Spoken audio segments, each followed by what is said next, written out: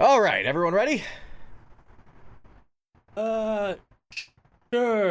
I just need to find my notes. Yeah, give me a second or 10. Guys, it's not April Fool's anymore. We don't need to repeat the... I did send you the intro idea, right? Did you? I can't remember. Oh, boy. Well, if you've been listening to us for a long time, you probably already know that memory isn't our forte. But hey, that won't stop us about talking about memories in music form.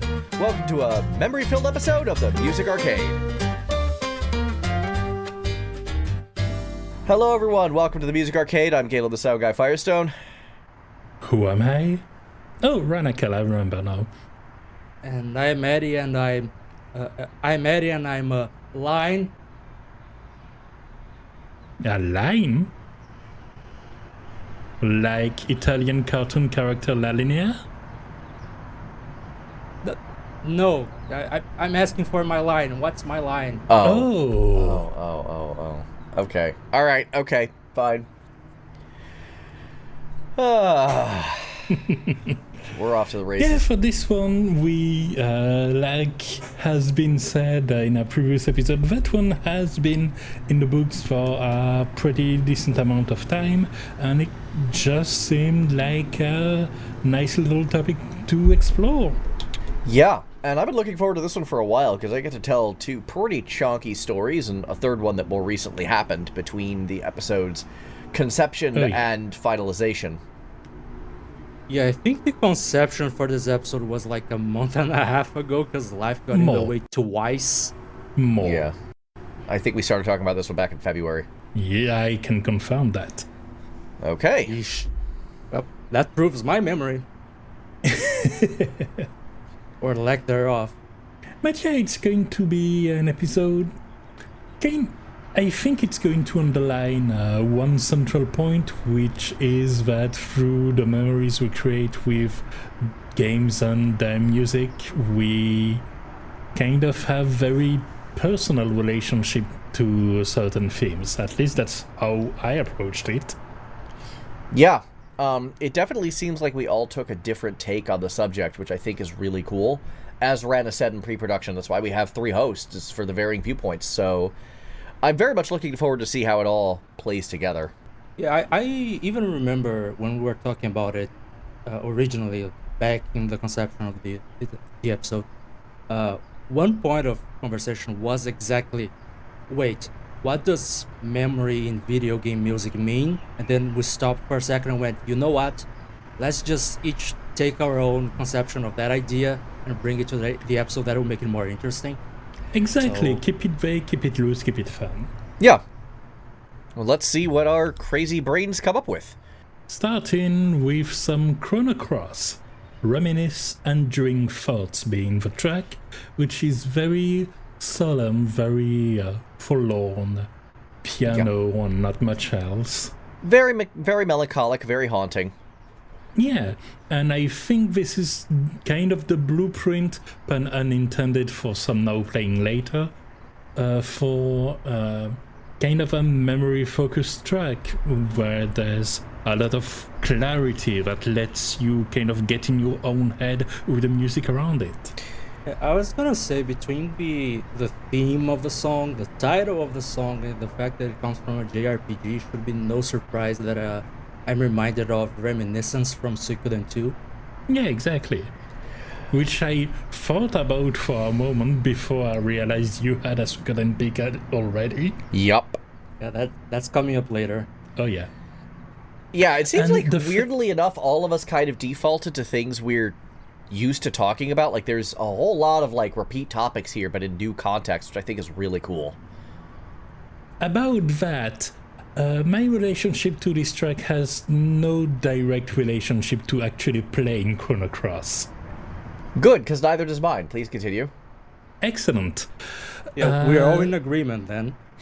So, back in 2004, I believe, I was going from different still active PHP baby forums, in particular a few focused on online role-playing games.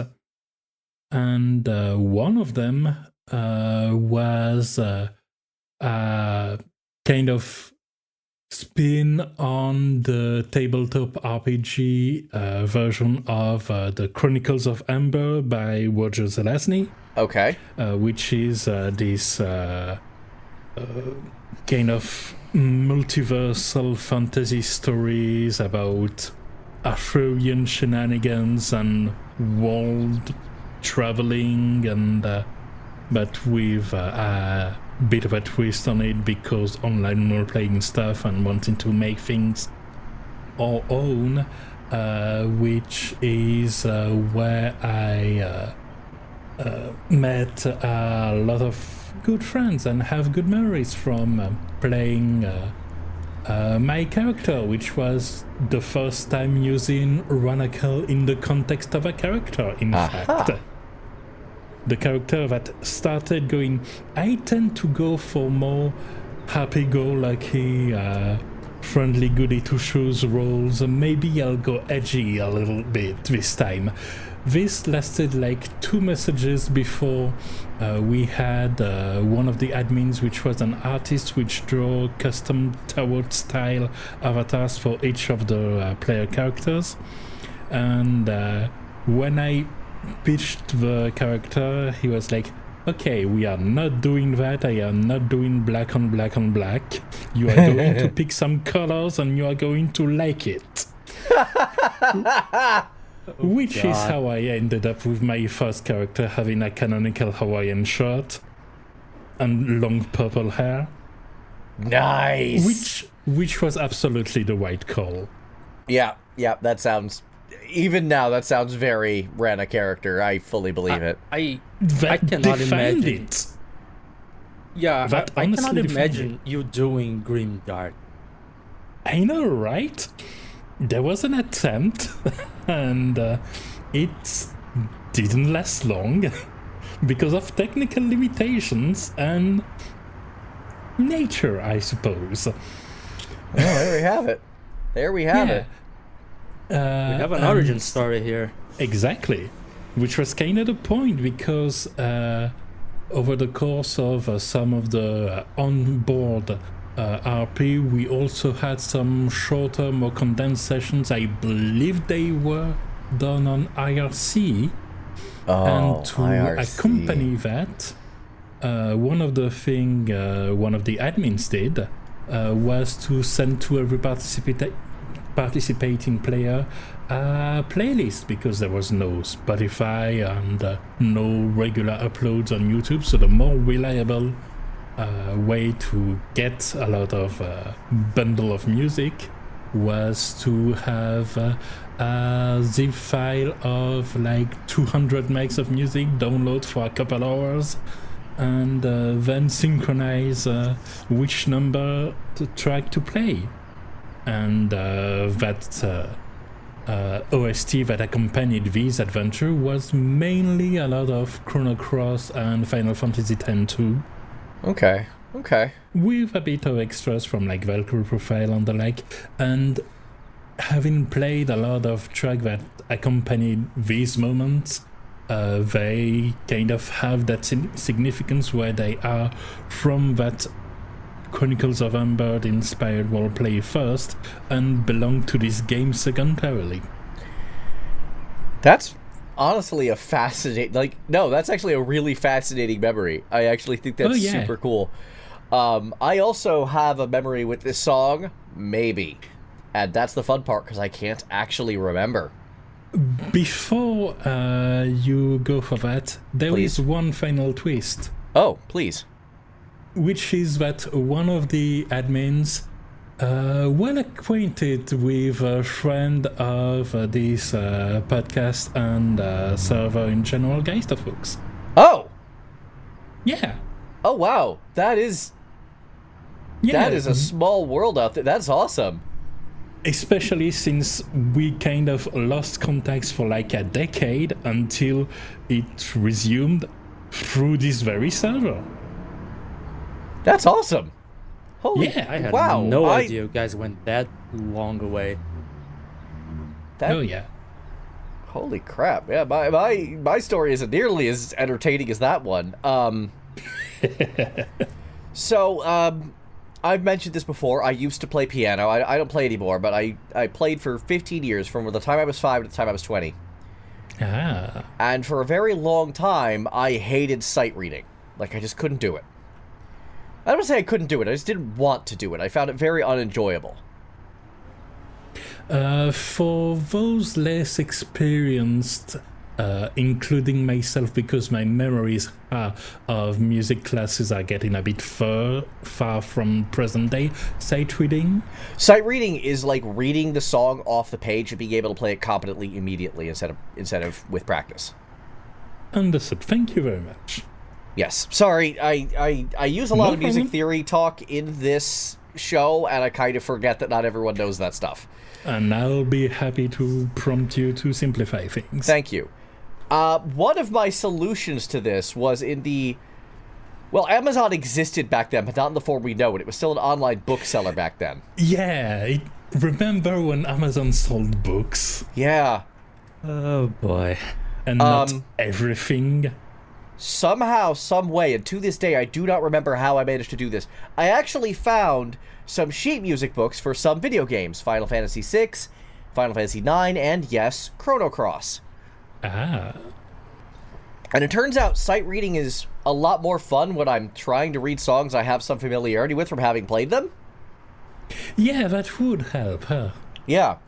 Which isn't actually sight reading, by the way, because I was already familiar with them, because it was actually like me kind of half playing them by ear with notes for help. Because I already know the song. Actually, it's kinda... what you said just now reminds me of some of the ways I interpret rhythm games, in particular your Dance Dance Revolution and Stepmania directly, where one of the big way to go past the reading of the arrows step is to kind of bundle them mentally. And when you have a bit of a familiarity, you don't have to focus so much on the specifics on the rhythm, on this arrow is this color, which means it's a quarter note, or this is an up, left, down, right. You just bundle it in, yeah, I kind of know how it is, and familiarity helps you focus on the trickier part and cross the obstacles this way. Exactly.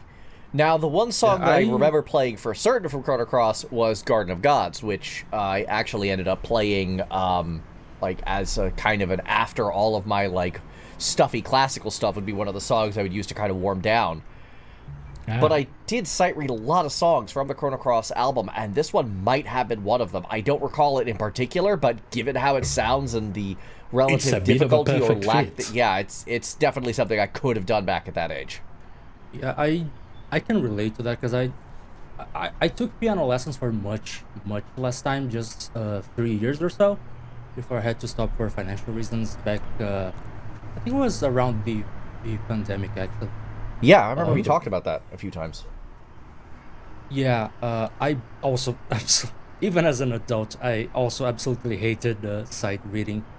It is very annoying to get used to it when you're new to it, because you're meant to be reading like 2 bars ahead of what you're playing, and it's very easy to confuse the two. Yeah. But yeah, this idea of like, I guess you could call it associating. Like, you're associating the bar in front of you with the sound that you have in your head, rather than reading the bar straight up. Yeah. That's how I liked to learn a lot as well. At least until I stopped, like, to go a bit away from video game music. But that's how I learned the Halloween theme, for example, from the John Carpenter movies. Yeah, that sounds like you were just playing it by ear. Like, you remember what it sounded like, so you sounded it out on the piano and then just learned it from that. Yeah, kind of play by ear, but you look at the sheet music to get the exact note right. Yep. By the way, I'm curious, Eddie. In Brazilian, is it ABCD or is it Do, Re, Mi, Fa, Sol, La, Si, Do? Do, Re, Mi. All right. Actually, it's weirdly a mix of both. Notes, it's Do, Re, Mi. Chords, it's ABC, but you pronounce it as Do, Re, Mi sometimes, depending on who you're talking. Great. I am no further in my knowledge of what actually is happening. Perfect. Yeah. Basically, when we talk about a note, specific note on the piano, you say you play the do. You don't play the C. You play the do. Oh, I would hate that. I mean, but sorry. Yeah, the actual chord. Sometimes people refer to the chord as do, so do major or do major. Do Portuguese. major. Yeah. Sometimes they say C or si major, but that's rare. But that is how it's written for chords. And then, if you start to build up on it, you can go to C major civilization. I will not comment on that. I retire champion. Assassin's Creed, go! Oh boy. Was that Fred? Yes! Excellent. I think this is the first time where Galen goes out of desperation, asks for Assassin's Creed. That's what you've done to him. Honestly fair. So yeah, when I was approaching the idea of memory as memory in video game music, my approach to it was actually to bring three approaches, to read that idea from three different perspectives. And the first one is the most obvious one, which is memory from the perspective of the actual game setting, as a game that deals with memory. Yes. And if you've been listening to this podcast, you know that I've played a lot of Assassin's Creed. It's been a while now since I last played a new Assassin's Creed, but up until Valhalla, I played every release, basically. At least every main release. Yeah. So, what instantly came to my mind when thinking of memory from the eyes of the writer, from the eyes of the setting, was actually access the animus from Assassin's Creed 1, because the animus is the tool you use to read the memories, to access the memories of your essence. It's the tab to the memory juice. Yeah, the thing is, the Assassin's Creed 1 soundtrack is kind of a nothing burger and the worst work by Jesper could, in my opinion. So I went with Assassin's Creed Brotherhood, Echoes of the Roman Ruins, which is at least an interesting song from my eyes. Which kind of works like your ears. Yeah. Unless you're sight within it. Meanwhile, I've listened to this song twice, and I'm not convinced there's an actual song here, and not just magical sleep waves. Like, seriously, I was getting tired listening to this. Yeah, there's a lot of ethereal vibes, and that's kind of what Jesper did for at least a solid half of his songs in the Assassin's Creed games he composed for. But I do like here how it kind of works in a nested way, because this place, when you are exploring ruins of ancient Rome or classical Rome, but the actual game takes place in Renaissance Rome, except you're playing it from the perspective of a dude in 2012. So in a way, it's like a nested doll of memories. It's the memories of the Romans as experienced by Ezio during the Renaissance, as experienced by Desmond in 2012, as experienced by the player. Yeah, it's kind of like remembering that your parents were familiar with an era of people that were familiar with an era that, and so on and so forth, until you have a direct link to people that lived 10 centuries ago, 20 centuries ago, and the likes. Something along those lines, yeah. But skipping a few rings around that chain through the powers of the animus and ruins, I suppose. Yeah, pretty much. And so it's not really a song where, as we've have the soundtrack to the early Assassin's Creed games, it's not a song where the melody sticks to my mind. It's a song where the vibe sticks to my mind a lot. And I think it captures this vibe really well of indirect memories, especially with how indirect they are in this specific instance. the ethereal singing that is there in the background almost feels like there are ghostly memories of the actual classical Romans somewhere in those ruins you're exploring. Okay. Yeah, I can see that. Also, bonus points to evoke a memory of mine, not from Brotherhood, but I believe it was Assassin's Creed 2 that I played before going on a school trip no, I went to a school trip to a few Italian cities as part of my Greek class before, because they bundled the ancient Greek and the Latin classes together for whatever school trip might happen at that time. And so That when happens actually a lot. playing, yeah, exactly. There were like 5 people by the end of it, and one of them was an actual Greek, but modern, not ancient. So he had as much trouble as everyone else. But anyway, this trip was fun in itself, and it was extremely enjoyable then to be able to look at inside a game several years later, Assassin's Creed 2, and to recognize some of the buildings that have been recreated in the game, and to tell, I believe that was actually my brother playing at this point and not myself, but to mention, oh yeah, I've been there. That statue is the one from Queen Margherita, from which the Margherita pizza name is derived. Well, now I want pizza. Yeah. Yeah, I've heard some stories that the Assassin's Creed 2 representation of, especially Florence, was so on point that people visiting Florence for the first time who have played the game feel like they are revisiting the city, like it's their second time in there. Yeah, that checks out. I imagine it will be a similar effect if I or Galen ever go to Kabukicho. Yeah, or Dotonbori. Yeah, I was about to say, Dotonbori's higher on my list than anything else. But in a similar sense, I remember, playing Persona 5 Strikers, and that one has a road trip plot, and you go to Dotonbori, and I remember, looking at this bridge going, wait a minute, my memory is triggering. Majima lives, right over there. Yeah. So, I always do appreciate it when recreations of areas are accurate. Or, more accurately, to me personally, Grand Theft Auto 4 was so ridiculously accurate to New York City that I stopped calling, even if the map was different, I started calling things their actual names instead of the in-game names, because I'm just like, I'm just going to go to Red Hook now. I don't care what you call it in the game, it's Red Hook. Of course. So it's just one of those kind things. Of like, again, for like a Dragon Ishin, you just call people their mainline title's name.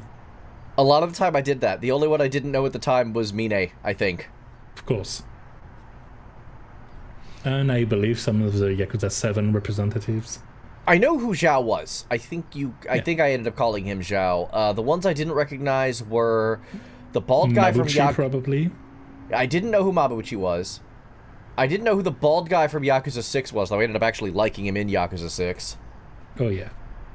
And I hadn't played 5 yet, so I had no idea who Hirata / the final boss that should not have been, whose name does not stick in my memory at all. I hated this guy. Mister, I don't know what I'm doing here as the final boss. God, if he doesn't even know, I don't know why I should be expected to remember. Was it Morinaga or Aizawa? Aizawa. Hirata was Aizawa, yeah. It says a lot that I remember his Ishin name more than I remember his Yakuza 5 name, and he was the final boss of Yakuza 5. That should say a lot. Indeed. We're off topic like hell now. Yes. Anything else on Echoes of the Roman Ruins? Sadly, I don't think this is a song where I have too much to say. It is, it is a very... I would say a very faithful representation of a faded memory, which I think it's probably what Jesper was going for, and it works really well. I like the vibes, but I would be lying if I told you that I could hum the song off the top of my head. Yeah, once again, this song really put me to sleep. But if you really need something to wake you up, our next song is going to do it. Yes, I just transitioned for myself for the sake of a dumb joke. Hi. How dare you? How dare I? Force Your Way by Uematsu from Final Fantasy VIII. This is a Go segment on. I would call the power of nostalgia. So I've been pretty open that FF8 actually has my favorite Final Fantasy soundtrack. Reasonable. It's a really good soundtrack, thank you. Yes. I also, of the PlayStation 1 games, I actually like it better than 7. I know that's a minority opinion. A lot of people do not like that opinion. They hold 7 up as this holy grail, but I think 8 was honestly, despite its flaws, the better game. I do want to thank you for helping us with engagement, because whoever reaches this point on the episode is going to write heretic on the comments. Yeah, no, I'm ready. I'm ready for it.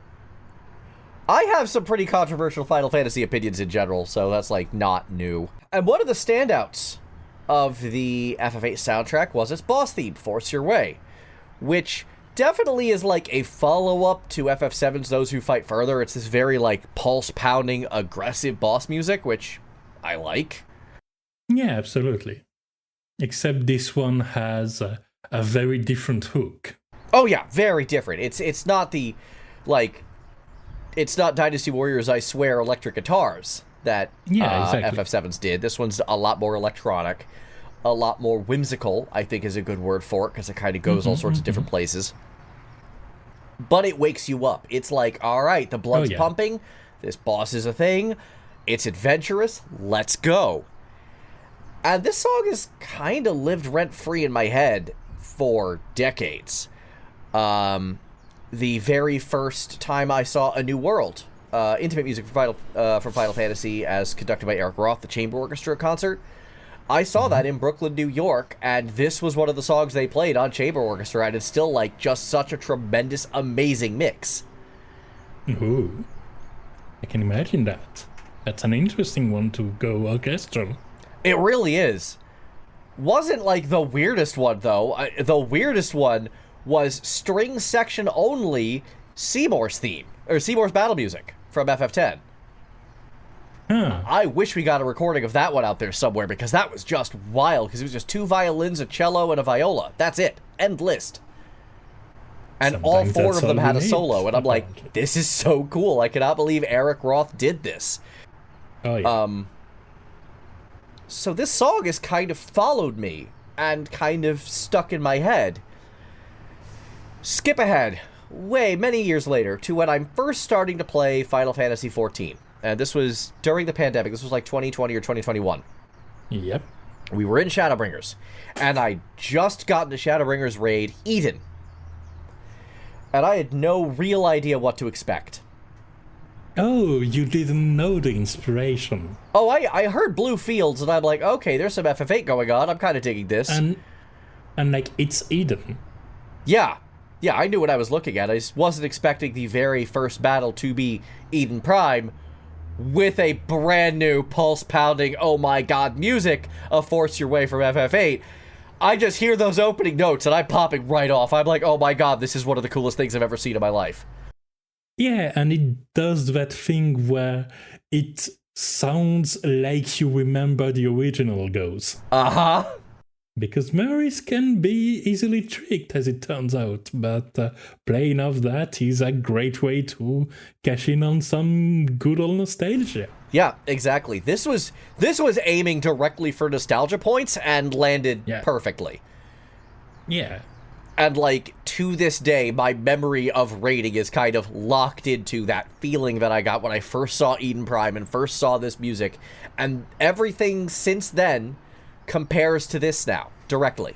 Like, that's the thing that I compare everything to now. Yeah, no, understandable. I mean, the first raid tier you reach is generally one that kind of steers itself apart from anything that comes after. That's the case for the normal version of Alexander for me, because that's when I reached that level for the normal level race, and when it comes to Savage, I didn't do that at level until Warrior of Light, which then has its own special place. Yep. In my case, I actually did, like, I knew what I was looking at, right? Like, I had done the prior raids before, not exactly at level, but, you know, there's level sync, right? Like, I was doing them. Man, Nail Van Dardis she can go away. That fight gives me nightmares. Curse you, Nail.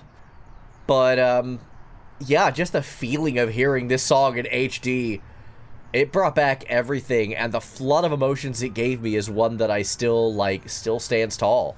Like, there was one of only 2 moments in FF14 that really did that to me, hitting me in the nostalgia that hard. What was the other? The other was during Heavensward. I was in the final area, Azisla. I had just gotten flight. Yeah. I was not expecting to crest over the mothership of Azisla and see the warring triad.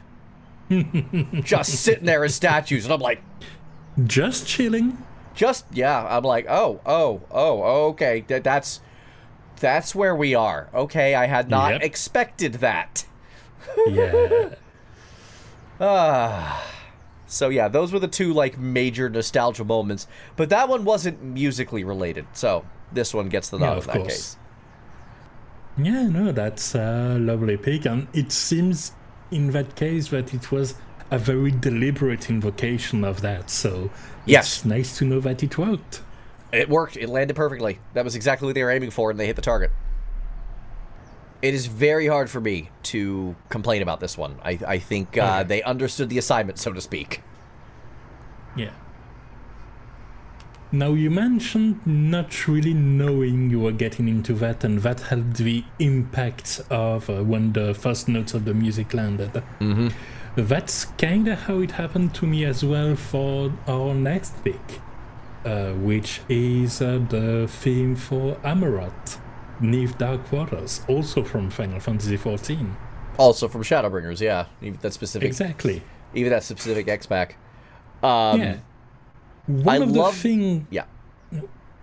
the things they did for this expansion was that the final area was completely blocked out in the UI, save for a couple of cracks that accidentally went through. But mostly there were 5 areas and a mystery that was just named question mark until you actually got there. And what helped was that I thought I was spoiled to the big twist because of a hunt train that called for its next stop being the Tempest. So that's how, in the area right before entering it, I knew about the Tempest, and I was like, oh, okay, we're going to like some weird area that's named like that. It's probably going to be some sort of cataclysmic event. And I went there and I was like, okay, we're underwater, that's pretty neat. I can see why they want to cover it up, but maybe that was a bit excessive to go all protective about it. Yeah. And then we crested down a few of these underwater areas, valleys, and this theme hits as we start to see on the horizon what looks like essentially a modern city full of skyscrapers just sitting down there. And again, that theme really elevates it because we have, I believe, hints of it in the rest of the zone, but there's just the stripped down version with that ticking clock that gives the rhythm and just that piano that will be reused a lot later. Mm-hmm. And it just hits right because I hadn't seen any picture, any hints of that part specifically.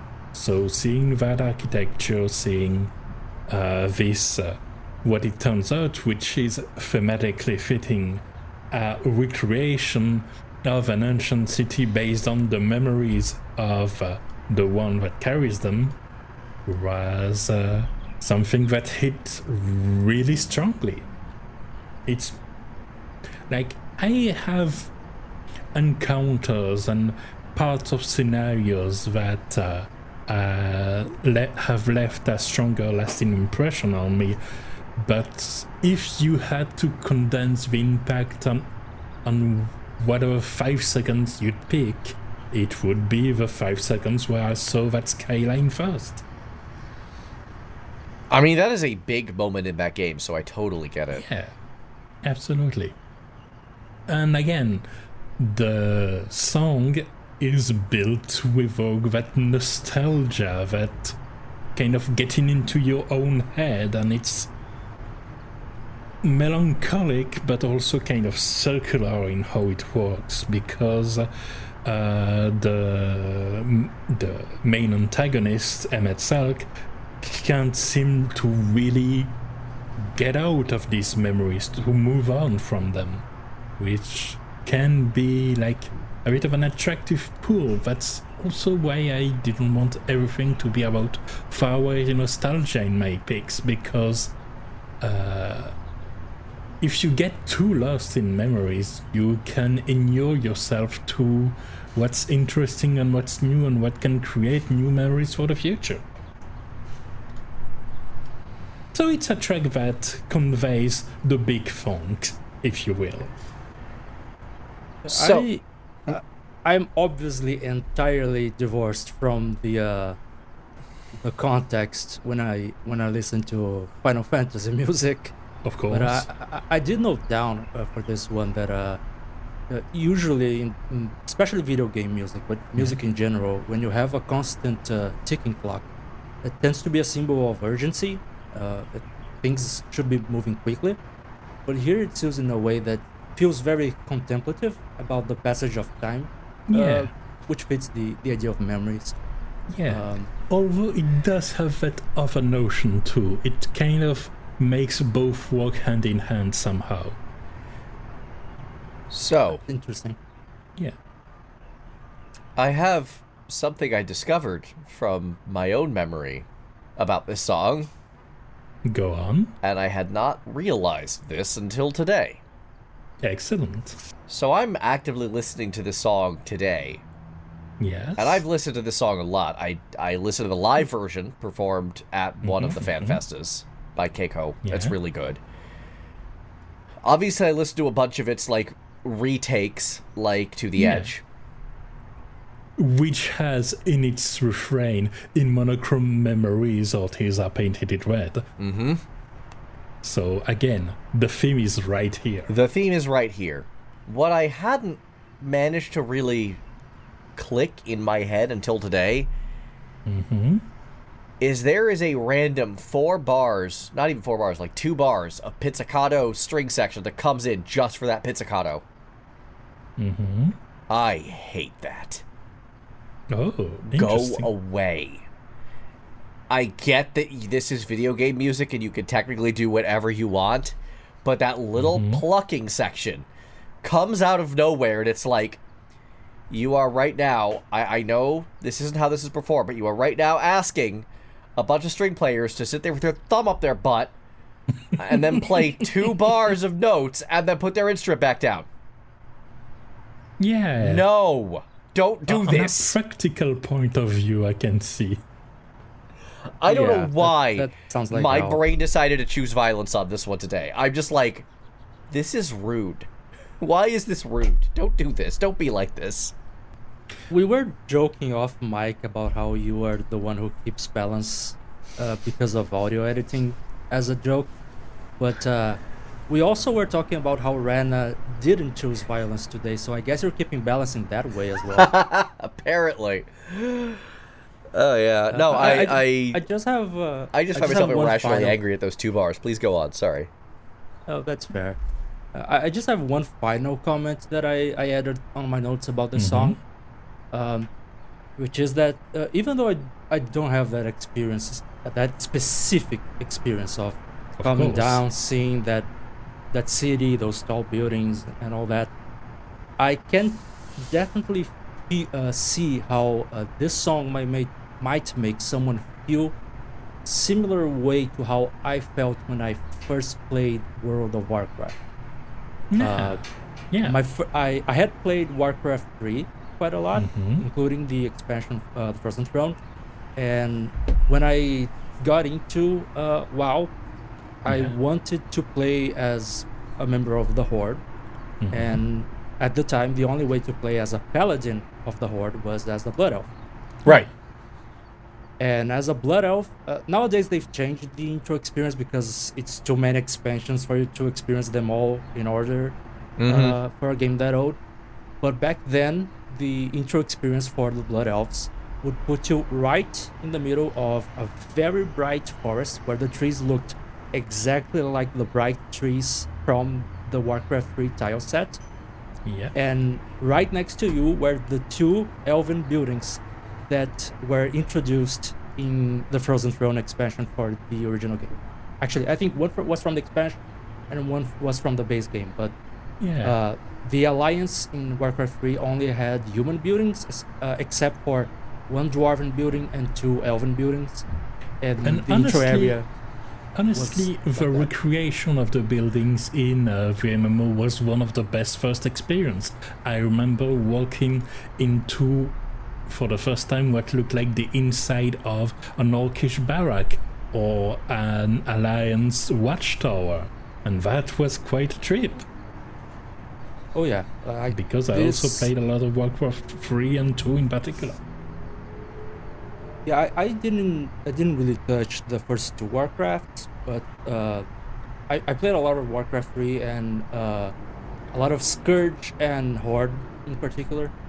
So a lot of Horde buildings were kind of generic orcish stuff that you see in media, so they didn't trigger as strong a memory for me. But the Blood Elven buildings and then the fact that the Blood Elf quest line would get you to the Ghost Lands where you had a lot of Scourge buildings straight out of Warcraft 3 as well, and like that entire area was just basically, this is the aftermath of the Warcraft 3 campaign, you're welcome. It was literally the path Arthas walked. So that's a big part of why the Sindore from Burning Crusade is very nostalgic for me. So I could definitely see why Neath Dark Waters would be nostalgic for someone else who had a similar experience but with Shadowbringers rather than Warcraft. Yeah, and created at this point, like, it felt like it invoked a reverberance for at that time and prepped one for later. So that's fun. Now, how about we move from a world of Warcraft and into a world of illusion? Title drop. Yay! So yeah, this is my second pick. My first one, as I said, was memory from the perspective of the setting itself. This one is straight up nostalgia. This is memory from the perspective of the fan. So Into a World of Illusion is the theme for the intro cinematic for Suikoden 1. Yep. But its main motif is reused in pretty much every Suikoden game as a sort of celebration. That celebration motif it isn't usually used as an entire song in other games in the franchise. Usually it's just a few bars from it that pop up when you're celebrating a victory or something like that. Yeah, because given the nature of the bars, it's just... It feels like a fanfare no matter how you put it. Yeah, I think the specific part that plays in almost every game is like... It gets stuck in your head if you listen to that quite a bit. And I would like to say good luck to Galen from Tomorrow. Yep, Galen from Tomorrow gonna have to work with trying to get that better be harmonized perfectly, don't do that. I'm not going to do that. We're already synced. What do you think I have you clap for? Perfect. You're going to sound like garbage because you sound like garbage. Please continue. Wonderful. Sorry, that was actually boy. way too harsh. That came out really awful. I feel bad about saying that now. It wasn't taken this way. It's fine. But yeah, this I also have an unrelated or semi-related, very strong memory of Suikoden 2 from a time when I spent, I think it was like a couple weeks without a PC. I was a PC gamer already by then, not a PlayStation, not a console one. But I had like a couple weeks where I didn't have a PC. I was still in school. I didn't have many obligations. I needed something to do with my time, so I played Suikoden. And like I remember the experience, especially of playing Suikoden 2, very vividly. So this is incredibly nostalgic for me. Yeah, it's funny how some games, just ways or contexts you play games, kind of cement themselves. Like, there's a lot of games I like, but I don't remember how I played them the way I remember exactly how I kind of marathoned Persona 5 the first time, and I could recreate the entire disposition of my room, the lighting and everything, for some reason, even though it wasn't particularly special or noticeable. But I remember the position and everything, and Yeah, I cannot remember just how. lives there. Yeah, like I cannot remember at all how it was to play Assassin's Creed for the first time. I have that memory of WoW, but my memory is specifically of the game screen itself, not the real life setting around me. Yeah. But for Suikoden 2, I vividly remember sitting in my old house, which we have since sold, on the couch with my mom's laptop set to Suiko Source, with the guide to recruiting every character, as I was playing Suikoden 2 on the PS2. Yep. Which, as an aside, to everyone who has played Suikoden games in the age of the internet, the memory of playing a Suikoden game with Suiko Source open is probably universal. Oh yeah. I Yeah, like some helping sites or the likes are kind of part of the experience. I know a new time I interact with a Pokemon game, I got Bulbapedia on a screen. And that's kind of why I treasure things like the Heroes of Might and Magic 3 guidebook and the Soul Calibur 2 guidebooks I have. They were part of the experience. I can definitely believe that. Yeah, this as for the Suikoden track, honestly, it's also a really fun track too. It's not just the nostalgia. It is. No, yeah, absolutely. It really captures, I'd say about 50% of the vibe of Suikoden, because the other 50% of Suikoden is you're getting backstabbed every 5 minutes by people you think are allies. Yeah, But at least that's 50% more of. Go that's on. more the nationwide adventure part of the experience.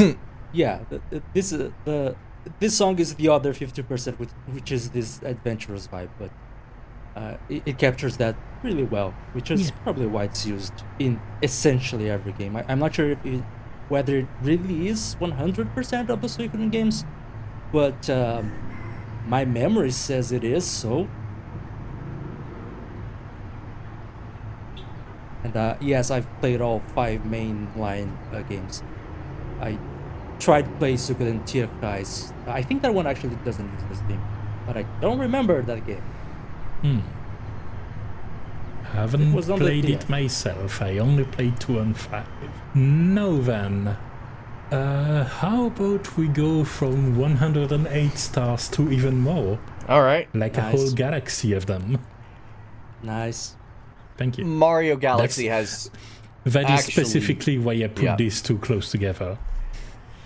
Okay, so I guess I mean, it's not I the only realize that. not the only playlist organization that relies on a dumb joke. Got it. Yeah. How... I mean, to be fair, it's the same switch that enabled your joke and made me realize about this one. Perfect. Love to see it. Love to see it. So my pick isn't actually Super Mario Galaxy. This is just a version of the song. Yeah, because we hear that song as well in Smash Brawl. It was pretty prominent, and every Smash otherwise. It, of course, originated from Mario Bros. 3. Yes, and one, I just don't like listening to the NES chip anymore. I'm too old for that. Mm-hmm. And two, in-game, because of the limited number of sound channels afforded by the NES, the music will partially cut out to make way for sound effects. Yeah. Which, I can get into a whole technical reason. It just makes it a chore to kind of listen to in the moment. Absolutely. So...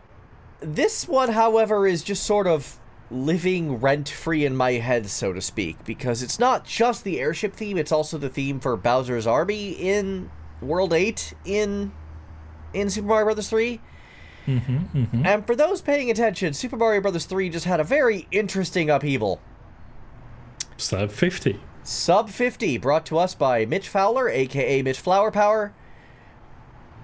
Undisputedly the best Super Mario Bros. 3 player in the world over time. Like, it just doesn't get better than this guy. Over time, yes, but the seat currently is very disputed. Which is good. Competition is fun. Competition is fun, and so recently he has been doing, like, amazing work pushing any percent no warp. Which is a specific category. It doesn't matter. Basically means you don't use warp whistles. Yeah. But other than that... Clouds are fine, though. I'm sorry? Clouds are fine, however. Clouds are fine, yes. You just can't skip worlds. You can skip individual stages. Yes. And he's been developing some new tech for this and finally discovered an early hammer manipulation that just plain works. And he was the first guy to push sub 50 minutes in this category, 49.51. And this is actually a pretty big deal from the sake, from the, if you pay attention to gaming history, speedrunning history. And the trick with this, however, is that this is a game that's been around for so long. It's so ridiculously optimized and so ridiculously put together that a record like this is actually kind of humongous. And the Airship / Bowser's Army theme has lived rent-free in my head since this went down. Yeah, especially since you hear a lot of that because it's associated with autoscroller stages. Which, you can't skip any of them. You can't skip any of these particular autoscrollers. So you hear that theme a lot. Since then... Thankfully, it's good. Yes, thankfully, it's a very good song. I like this song a lot. That's why I picked the Galaxy version, because it's kind of the best version of itself. It feels huge. It does. Even on the NES hardware, it felt huge. So hearing it with actual orchestration feels incredible. Yeah, I played Super Mario 3 on the SNES, on Super Mario All-Stars. And the Super Mario Galaxy version is sort of... this is how I remember the Mario All-Stars version, rather than how the Mario All-Stars version actually was. Right. Yeah. Even the Brawl version is more of a departure, which makes it more of its own thing. Since then, however, Mitch's new record fell within 2 days. Now the record is 49.50, held by someone else. The thing is, there's some controversy around that, because this guy played on a keyboard and not a controller. So there is a small subset, not including Mitch himself, I might add, but there's a small subset of people who don't believe this is valid, because their main argument is there's no way, you can't hit left and right on a controller at the same time, and a keyboard, it's basically impossible to accidentally hit the up key, unlike on a controller, because W and D are not exactly next to each other. So there's some controversy about this. Mitch's tactic, on the other hand, is I'm just going to take the record back. Screw it. Let's get back to the grind. Of course. Class act, that man. That's the clearest way to go for it. Yeah, absolutely. I was going to say that sounds exactly like Mitch. Oh, yeah. Gives that drive to go and tighten up those last little seconds that remain. Yeah. This song has just been sort of living there. And Eddie, you brought up a really great point. Like, we were talking about that with FF8 and FF14's version of that song. Like, it's It's the version of the song you kind of hear in your mind's eye. Yeah. Which I think is really cool. I think that's a good use of playing with memory, so to speak. But yeah, I picked this one entirely because it just sort of lives in my head. And has been since this record went down. And had we done this episode immediately, this song wouldn't be on here because there'd be no point because this hadn't happened yet. So I'm kind of glad that this episode got delayed enough for me to include this and Mitch's achievement. That's a nice how it turns out. I'll take those happy accidents, so to speak. Oh yeah. But yeah, mostly this is for Mitch. I don't really have that much to say on the song itself. It's been around for 30 years. It sounds great. Like, what can I possibly say to add to that topic? Yeah, it's big, looming, ominous. The Koji Kondo wrote the book in that instance. Sure did. Just straight up big military vibes, military march, and you're the one that they're marching against. It's a reminder of why Bowser is the bad guy. Yep. One of the few real reminders, which is funny, because I think starting in almost Super Mario World, he started to become more of a joke. Still the major bad guy, Absolutely. but not nearly as scary as he was. I mean, Super NES is when he started going kart racing with everybody else. I mean, even Super Mario World, he shows up in a clown car. Like, that's a I very was gonna silly say, vibe. Yeah, I was going to say exactly that. If you take just the main games, like on the first Super Mario Bros, he's just he looks very different and very much more threatening than everything else. In SMB 3, you have the Koopalings, which are very different from him and look very much less threatening than him. And then you meet him at the end. And then in Super Mario World, you do have the Koopalings again, but when you meet Bowser, he is on a clown car, so it doesn't have the same impact. Yeah, back when the Koopalings were still called the Koopa Kids. Yep. We'll say I'm the youngest of the three of us, and we've already had enough moments on this episode to make my back hurt. Yeah. Well, on the subject of ancient lives rent-free in our head, let's talk about the song that's gonna live in my brain the rest of the day for sure. And that has lived in mine for many years now, because what is a memory if not a link to the past? That is not why I picked this song, but I couldn't not go for that. No, I get it. I want to cringe, but I also want to congratulate you. Thank you. And I don't know what to go for. I'll take the praise. The correct answer is both. So the Overworld theme from A Link to the Past, kind of the iconic Legend of Zelda theme. Oh yeah. It's yeah. just very, and it's kind of series defining, character defining, system defining, and that's why I kinda wanted to use that as a vector to talk about some assorted Zelda memories, because I thought about some of my early memories playing video games, I knew it was going to be a Super Nintendo game that would go in one of those spots, because it was the console that defined the young me growing up, even though I started with earlier systems. I remember I laid hands on the Atari system with the wood grain finish, and that's prestige. But when it comes to Zelda-related memories, one of, if not my earlier memories related to video games was on one of the rooms of this house.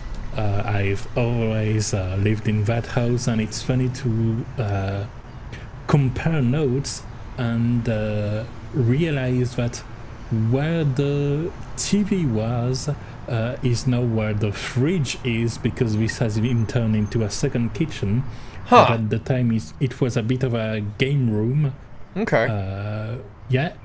And big TV with... it was old enough, it had the expanded side panels with the controls because it didn't have a remote control. Oh, I remember those TVs, yeah. Yeah.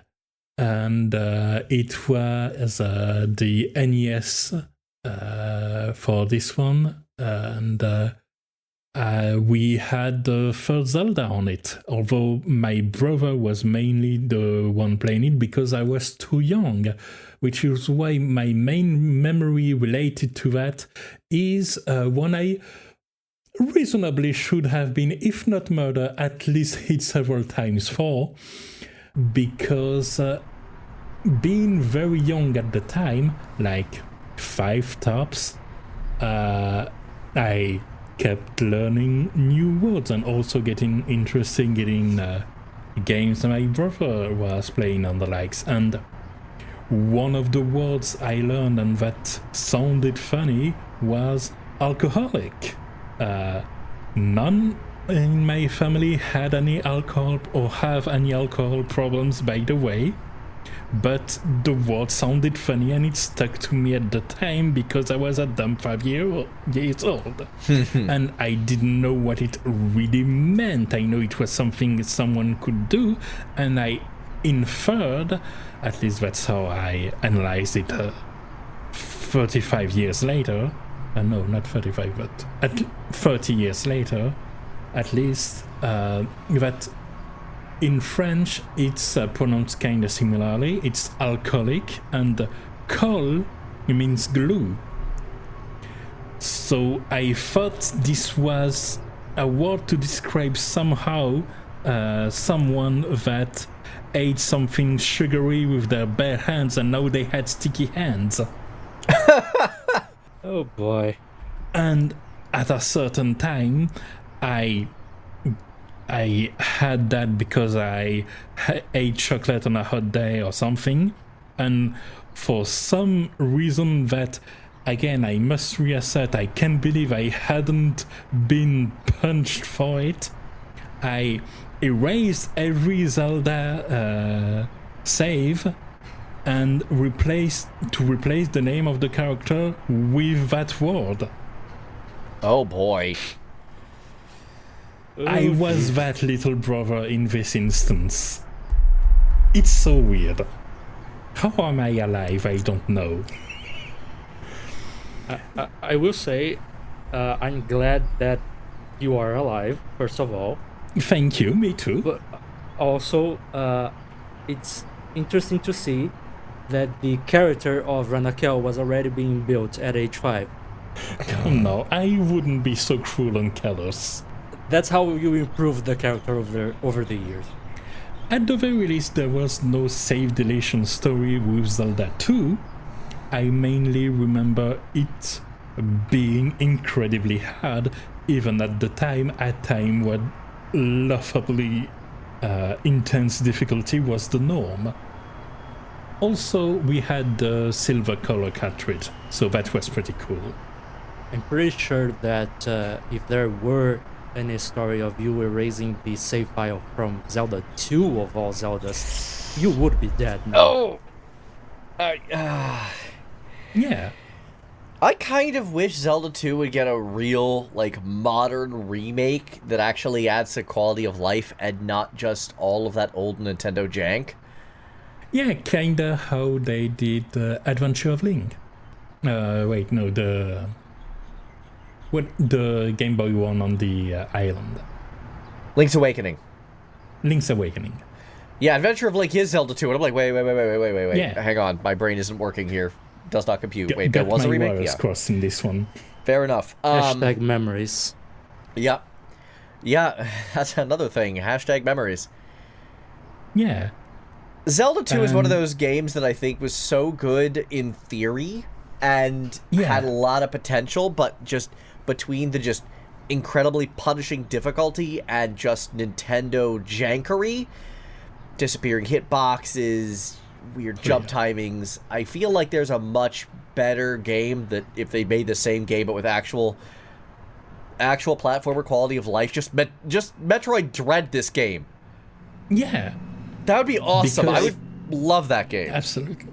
Yeah, because it kind of feels like stepping foot in a complete alternate reality for what the series could have been. Yeah. I mean, not just that, but if it were a bit more of a fairer game, it would be. It could have been a reality where the Metroidvania genre would have started earlier. It would have been, I don't know, Metroid Zelda or something. Zeldroid. Oh God. The worst part is that name actually works well.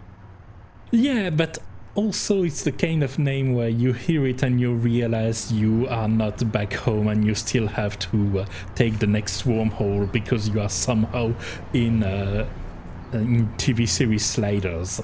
Someone hit the button. No one will get that reference. That's an old one. Then, so after Zelda 2 was this one, A Link to the Past, and that's the one I played the most. That's Same. The first one I remember actually finishing. Same. And just the video that's linked in the playlist, you scroll down and what do you see in the comments? Here is how I remember playing it on the GBA version. What of my fondest video game memories was that?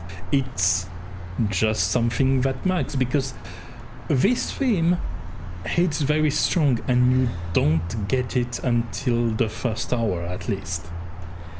When first playing, because you have the overworld you can partly navigate in, but it's cold on earth and it's raining and you have to go through a dungeons and then through some sewers and the sanctuary, and then you open the door to the sanctuary and this hits. Yep. And I mean it hits. It hits. No, it's the same thing I was talking about before. Again, going back to FF8, how it just comes right out swinging and you feel it in your bones. Yeah, absolutely. That's a hard emotion to capture. This is the world you're fighting to save. Yep. It's incredible adventure vibes, and it just lodged itself in my brain for good reason. So it lodged in myself. It lodged in my brain for all those same reasons, plus some additional ones. I actually ran the randomizer for a little while after my first GDQ visit. Interesting. And I'm still I might go back to randomizing. Maybe this game, maybe 3D Zeldas. I don't know. I kind of like the vibe of randomizers. I've been getting into randomizer content again, and I'm like, this one was my randomizer gateway. This was the gateway drug. So Funnily enough, we were talking about Metroidvanias, and mine was Symphony of the Night. Not a bad one either. Yeah, Symphony randomizer. Yeah. And I went for the easy settings because I don't know the speedrun strats. So, just to be clear, I'm not a speedrunner. I'm not good at that game. Yeah, but a little bit of a randomizer is a nice way to go in a game that you know like the back of your hand, but a bit different. It's a nice refresh. Exactly. And even recently, this game had some relevance. No, I haven't gone for the randomizer, though I have played the ROM hack of the game that turns it into a complete roguelike. I've heard about that. Yeah, which was a fun time, and I heard variation of the theme as I've been playing other Zelda games. We'll go over that in now playing, but there's even parts where this game music created memories that are completely unrelated to Zelda. I distinctly remember when I was in high school, like first year of high school, I believe. Must have been because it was 2000, and I was very excited because the sequel to one of my favorite video games just released, and I was buying it with my own money instead of being gifted. Oh, that's what I forgot about the A Link to the Past stories. The fact that I got it for Christmas at a big party that was organized with my father's colleagues, and I'm pretty sure he was the one dressed as Santa Claus. Ah. That's a big part of the story as well. But this sequel to a game I absolutely adored, I bought with my own little allowance and was super excited just on the way back. Even though I would face some difficulty installing it because, as it turns out, it had about the same size as one of my hard drive. It was a big beast at 1 whole gigabyte. And the vibes were different, but somehow that's how I came to associate the Zelda A Link to the Past Overworld theme with the time I bought Diablo 2. God, and now I'm remembering how my cousin and I were worried about the size of Age of Mythology at 1 gigabyte. Yeah. That'd do it. It's fun because it wasn't even related to like the experience of actually playing the game. Sometimes with all the hype cycles we're used to, the anticipation can be part of the experience, which is why I believe many people of our age slice also probably have memories related to game manuals and why we were so fond of them, because it was part of the drive home to already open the package and look, wow, Mario can triple jump, that's crazy. I can't wait to do that when I unpack my Nintendo Ultra 64. Yeah, over here, manuals were kind of for the rich kids, so to speak, because most kids got games. I mentioned it, I think, last episode, but again, we would get stuff via Paraguay and would be jailbroken because Nintendo didn't have an official release in Brazil of the SNES. But we did have, I think it was literally a Brazilian version of Nintendo Power. If not, it was at least, maybe it wasn't directly associated with Nintendo Power, but was basically the same thing, but in the Brazilian market. So I definitely have memories of that. I didn't buy them too much because I was kind of the poor kid in the family, but my cousin bought them a lot, and I remember going to his house and he had like a huge pile of them in the corner of his games room. Yeah. I remember one of the main magazines I and my brother were subscribed to were Joystick, and that's the one that accompanied me along the way. Especially the number 114, because I borrowed it from a friend and lost it along the way, so the question remained on the table, and I eventually found it and gave it back, but there were entire months asking me about where was the Joystick issue number 114. Oh boy. That was me with a friend's copy of Super Metroid, where the ability to save your game died while the game was with me. Ooh, that's a rough one. And I say that as a monster, as we've established. Of course. Speaking of monsters, though, how about we go to a game where you shoot a lot of them in the face? That's my transition. I don't know what you're talking about. We're just going to my house. Yeah. Normal. Never mind then.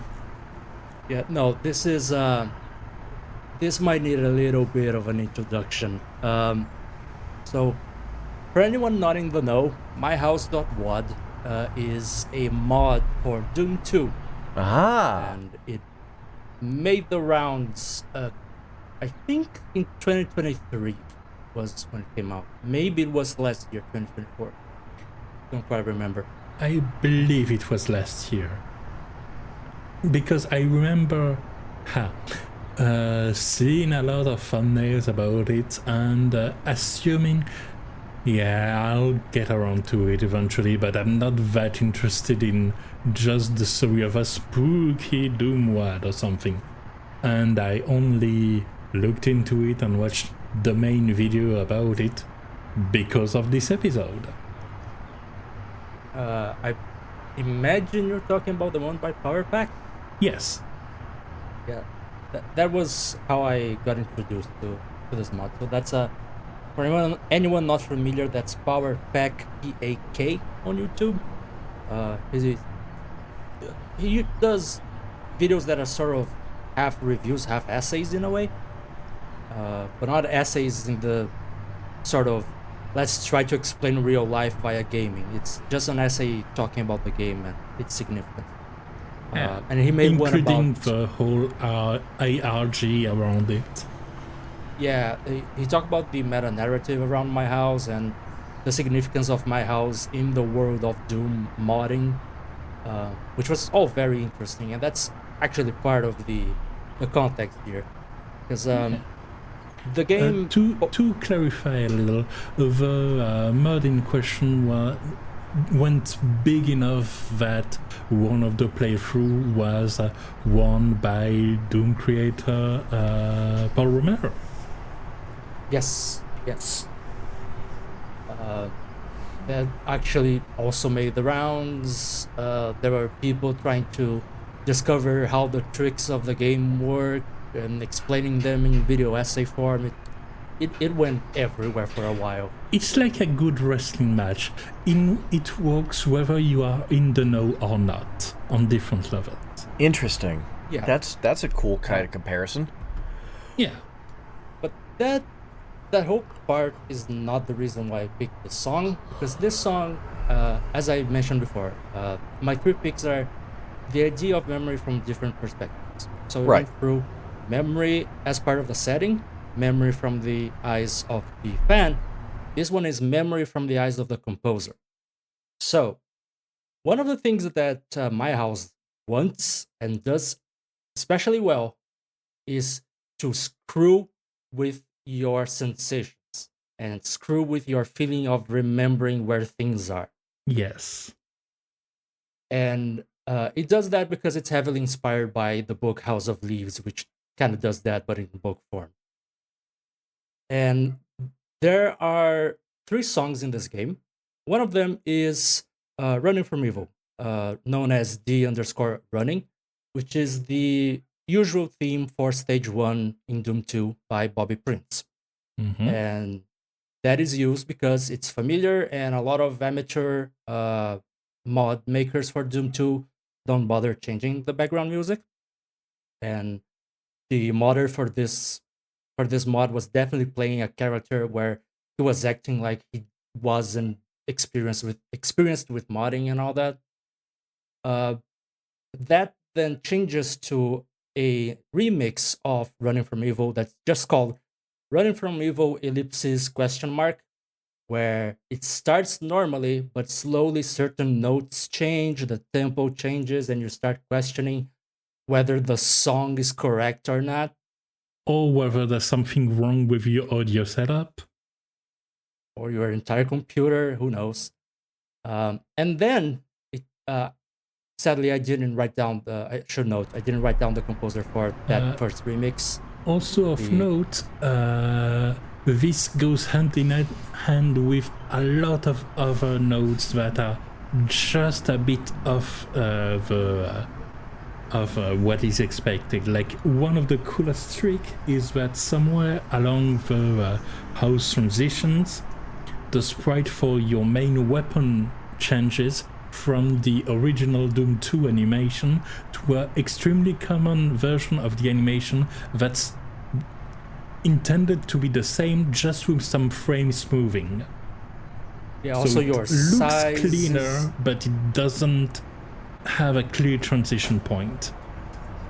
Yeah, also your character size is slowly taller than the base size. It's a lot of small stuff to screw with your perception of the reality of the game. It's like coming back home and your shoes has 5 centimeters to the right of where you left them. Yeah, pretty much. But with more demons. Yes. But yeah, that's the second song and the first original one for the mod. Sadly, I don't have the name of the remixer for Running from Evil ? But later on in the mod, as you go into multiple other versions of the house, they become more and more abstract. You get to the song that I actually brought, which is I'm not sure how you're meant to pronounce the title. I pronounce it as memory equals entryrrrr because that seems to be the core idea of the title. I prefer to pronounce it memory equal entryrrrr /////////. That's fair. Like, I mean, pronounce however you want at the end of the day. It's by one SL Fortune, which this is also a remix of Running from Evil, except it is way more distorted and you definitely do not recognize the original melody because it's not there anymore. This is inspired by an artist called James Leland Kirby, in particular when he was going by the moniker The Caretaker. Oh boy. His music was basically basically referred to as haunted ballroom music, but he's mostly known for 2 projects. One project is called An Empty Bliss Beyond This World, which is an album trying to describe in music form the experience of dealing with Alzheimer's.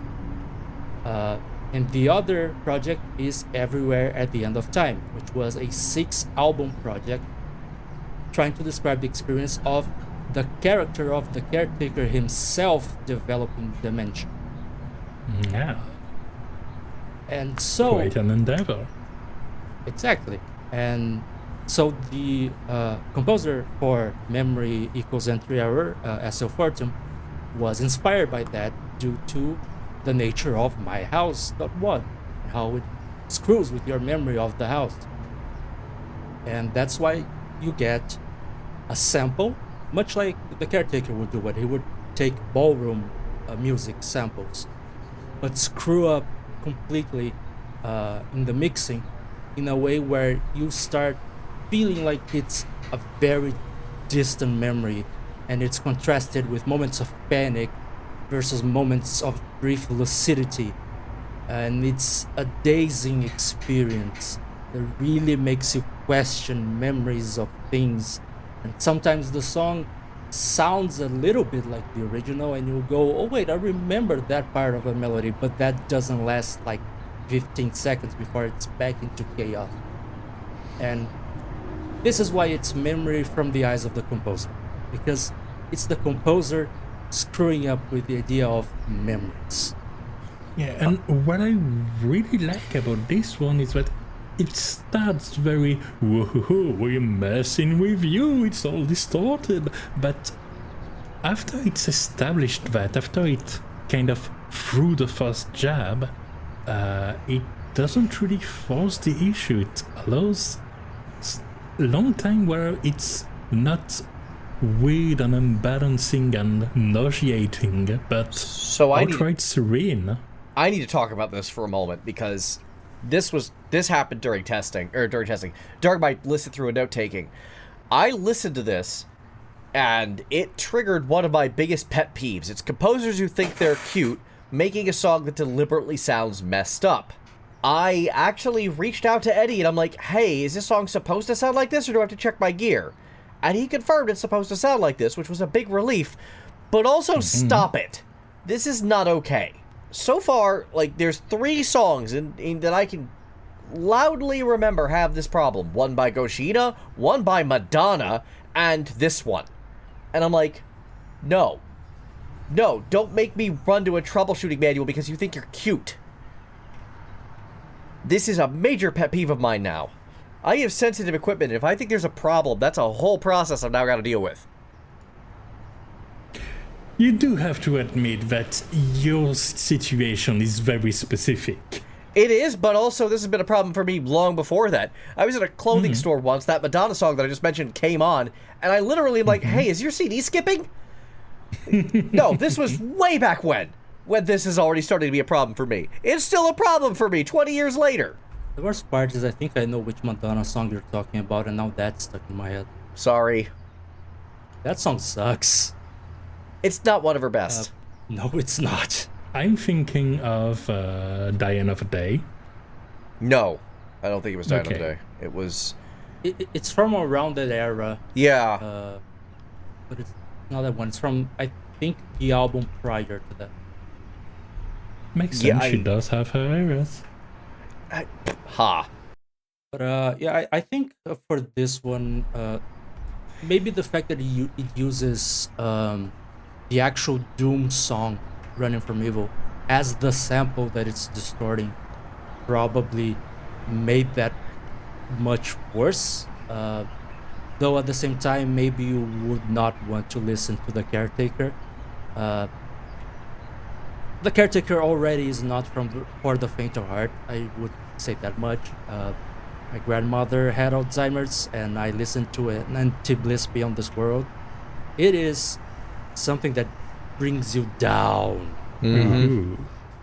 But I imagine that the fact that SO14, when doing projects similar to that for the MyHouse.wad, used Doom MIDI as the sample rather than ballroom music, certainly exacerbated that specific issue. I can definitely see it being a bit too much in this case.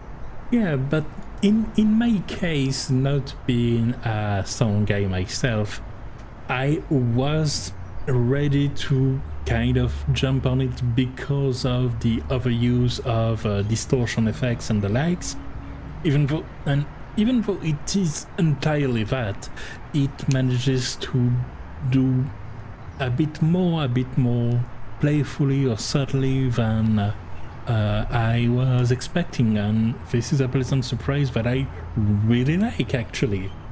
I appreciate something that's a bit spooky but you can zone out and relax to. Yeah, it definitely, like I said, it hits you at first with heavy distortion. Yeah. But because its influence also does the whole contrast of panic versus lucidity versus empty bliss because you aren't feeling anything. This song also has moments that are very ethereal and calm, and moments that they're not necessarily heavily distorted, but they are chaotic in their own way.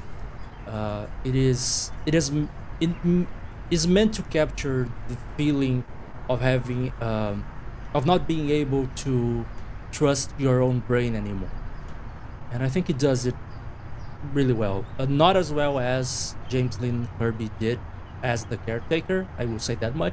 I think The Caretaker was much better at that, but I think this is a very good attempt at trying to mimic that idea in a gaming sphere, a gaming culture, where people might have a stronger association to Running from Evil than from ballroom music from the 40s. It's a nice association and an invitation to the chaos dimension. Yeah, I will end with a final note of repeating my warning. The Caretaker, really not for the faint of heart. If you know anyone who deals with memory issues like dementia or Alzheimer's, it does hit you really hard, and it might hit you really hard even if you don't know anyone in that state. So take care of yourself. Take care of yourself, and if you do want to check the inspiration behind the music here, do it at your own risk. We're explaining it so you don't have to if you don't want. Now how about Now some for archives? Now for something that is heavy but in a different way, in a more entertaining way. Well, here's the thing. The song itself doesn't actually matter at all. All right. So I'm not going to spend any time talking about the composition because the story of how associated this band is with Arknights is far more relevant than the particulars of the song itself. Welcome to Music Arcade, where the transitions are made up and the songs don't matter. This one's kind of a unique situation. I remember once we were talking about Crazy Taxi, and you made a joke, something like, it was very nice of the Offspring to accidentally compose an entire iconic soundtrack. Yes. This is actually in that vein, and that got me thinking. These two projects, Starset and Arknights, are inextricably linked. It all started with a song called Monster. I don't really remember Monster as a Starset song. I listen to this band quite a bit now. But it's one of their songs, and it played over one of the early promotional videos. And then another song played over one of their early promotional videos. I don't remember which one. But the first, real relationship between the two outside of licensing came from the song Infected, which obviously makes sense in the context of Arknights. But also, yeah, of course, this was actually a B-side. This was not actually a released song, and somehow the Arknights dev team convinced them to re-edit the song and release a version of it, which ended up on the album Horizons, one of their actual albums, as a promotional song for Arknights. Which means now there's a back and forth. It's not just we're licensing this artist anymore. Correct. Now there's a direct relationship between these two projects. Not only that, but the fans get in on it. One of the things you see on the subreddit sometimes is they'll actually identify things as the third Starset PV promotional video. Yeah. Outright identifying them as a feature. So already this relationship is a lot of back and forth, and it's very interesting in that regard. In many ways, it kind of reminds me of Remedy's relationship with Poets of the Fall. Yeah. Makes sense. It almost makes me annoyed that so many ongoing live service games have internal music studios, because that relationship is a great way to have even more variety and to highlight some talented composers and groups and artists. Yeah, I would say that Final Fantasy Brave Exvius really kind of tried this in a very hacky sort of way with both Ariana Grande and Katy Perry. That feels like a different kind of cross-promotion entirely. It is a different kind of cross-promotion, but I will say if you're going to bring in external artists, the way Arknights handled it is way better than the way FFBE handled it. I guess that's my point.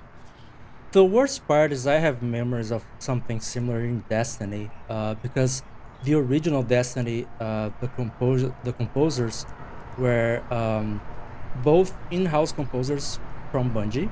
They're right. They're old team, trusted and proven via Halo, the same guys from Halo. Right. With the addition of one Sir Paul McCartney for the original Destiny. Not Destiny 2, the original Destiny. Wow, and, yeah, that's an addition, all right. What the heck? Yeah. And I mean, then again, this is a team that does this. I still remember that Incubus and Nile Rodgers showed up on Halo 2's soundtrack, so that's not that stupid here. Maybe not, but also this was under Activision, which also had a lot of celebrity voice actors, which a lot of them have since gotten replaced, because why are you gonna pay Hollywood celebrity actors for short roles that, sometimes it has no impact. But also, there's good reason to believe that this was just Activision telling them to hire Paul McCartney for something, for marketing, because I haven't played Destiny 1, so I don't have an attachment to the Destiny 1 soundtrack, but everyone I know who has played the Destiny 1 soundtrack says the songs with Paul McCartney are the worst ones. It doesn't really surprise me. He doesn't sound like the kind of composer who'd be great at video games, forgive me for saying, I don't want to sound ageist, but given his age. Yeah, it's a different vibe. Yeah. I think even if it worked for video games, I don't think his style fits Destiny. I would be inclined to agree with that from what I know of it from you and from videos I've seen. Yeah, Destiny is basically space opera, but grungier than Star Wars. That's not the style of Paul McCartney in my mind. No, he's Hey Jude. He doesn't do this. But it is funny that we're talking about Destiny because the song you're talking about, Brave New World, I initially associated with Destiny. Continuing on, over the years, the relationship between the two continued to grow. And in late 2023, I believe it was, Starset made a surprise appearance at Ambient Synesthesia and actually played Monster in Shanghai. This was kind of a thing. This is actually one that's, for licensing reasons, I'm sure, left out of YouTube refeeds of this. Although I think there is additional video of it somewhere out there. Skip ahead then to early 2024, when Brave New World, this song, released on its own. And I'm listening to this, it's a complete departure from Starset's usual sound. And I'm like, oh, they're really growing as a band. They're coming out with something new, something interesting, something different. Okay, they're changing gears. Love it when they evolve.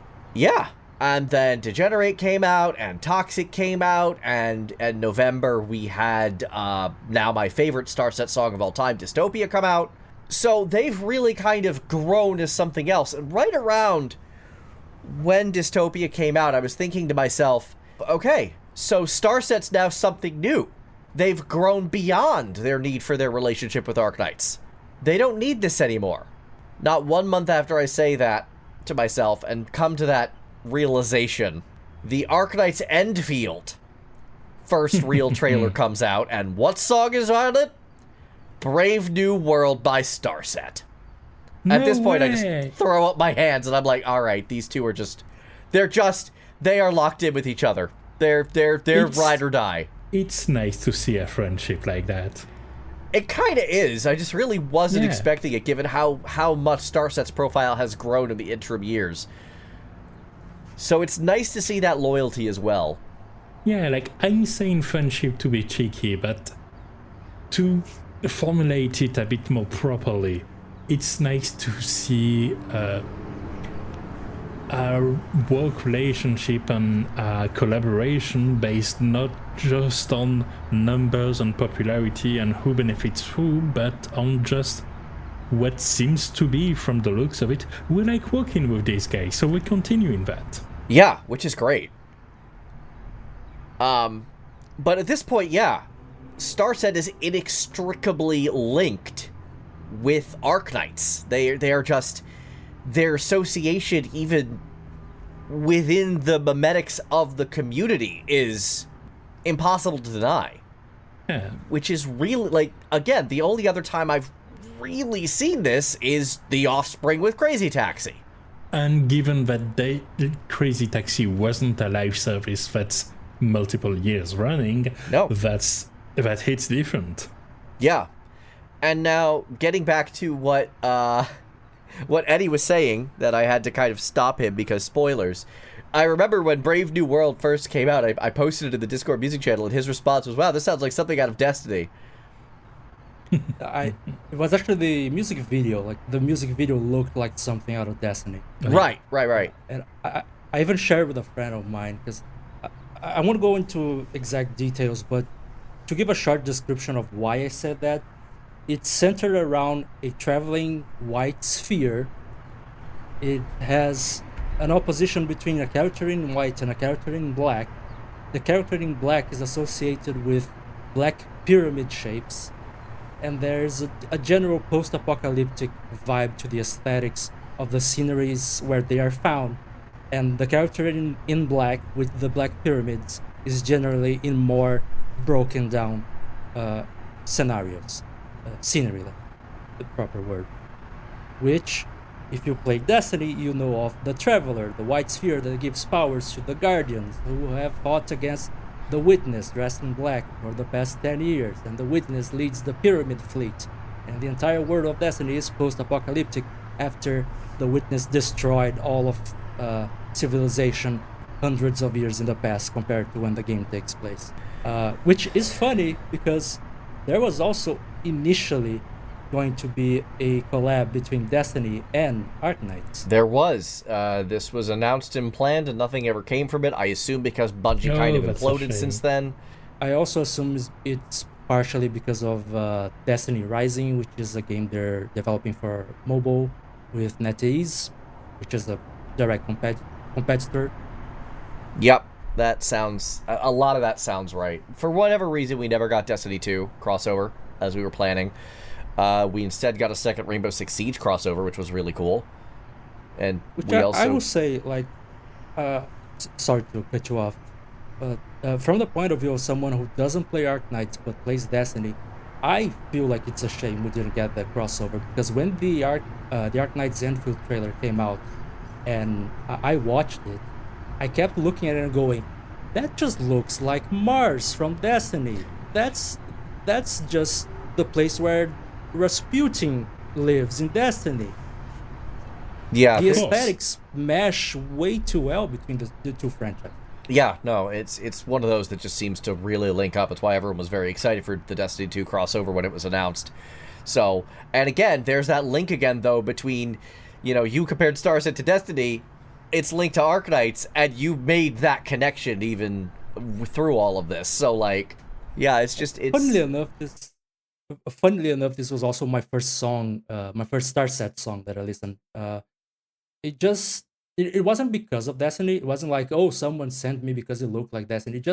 It popped in my YouTube recommendation.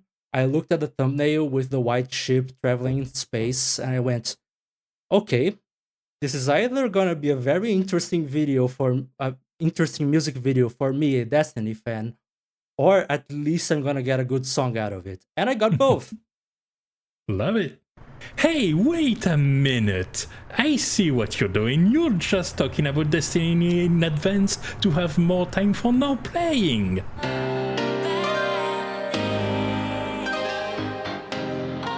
Sure. All right, Eddie, I guess you can take us away, because I'm sure Destiny is not actually going to make an opinion, maybe. I don't know. Is it going to make an appearance? Yes and no. Here's the thing. So it's been so long since the last time we did this, since we didn't have the now playing block for our April Fool's episode. So I'm gonna keep it short to just the last couple weeks, because I've tried a lot of games in the past month. So Destiny is not gonna show up as one of the games I'm currently playing, because as of the last 2 weeks I haven't played it. I took a break. Take breaks from Destiny very frequently. I get tired of playing the same game over and over. Entirely fair. Destiny is going to make an appearance indirectly, because a friend of mine noticed a while back, about a month and a half, and we forgot to mention this in our Cowboys episode, that some of the Destiny soundtracks changed, had their release date changed on Spotify. Rather than the release date being the release date of the expansion, the DLC, they all changed to 2025, except for the final shape, which was released last year. So my first thought was immediately, well, Sony owns a majority in Bungie. There have been rumors that Sony is taking control of Bungie. Right. I imagine Sony re-released under their record label, and that was correct. They re-released all Destiny soundtracks under Sony Classical, which is their label for classical music and soundtrack. That also included, however, 2 Destiny DLCs, or rather 1 DLC and 1 album for 3 seasons in a set year that weren't on streaming before. So I went looking to see whether there were other news regarding that, and I found that some other Sony soundtracks are now on streaming, such as Twisted Metal, the first 3 God of War games, God of War 1, God of War 2, and God of War Ghost of Sparta, the Resistance franchise. So basically what I'm trying to say is we have an update on music availability, and apparently Sony has released pretty much every first-party PS2 title into streaming platforms. Neat. In what I can only describe as a screw you Nintendo move. I mean, they are very much at war. Like, it's hitting up what with the FromSoft, Nintendo exclusive, and the likes. Given that Kadokawa was in talks with Sony, I just hope this is the kind of conflict that won't lead to too many incidental casualties.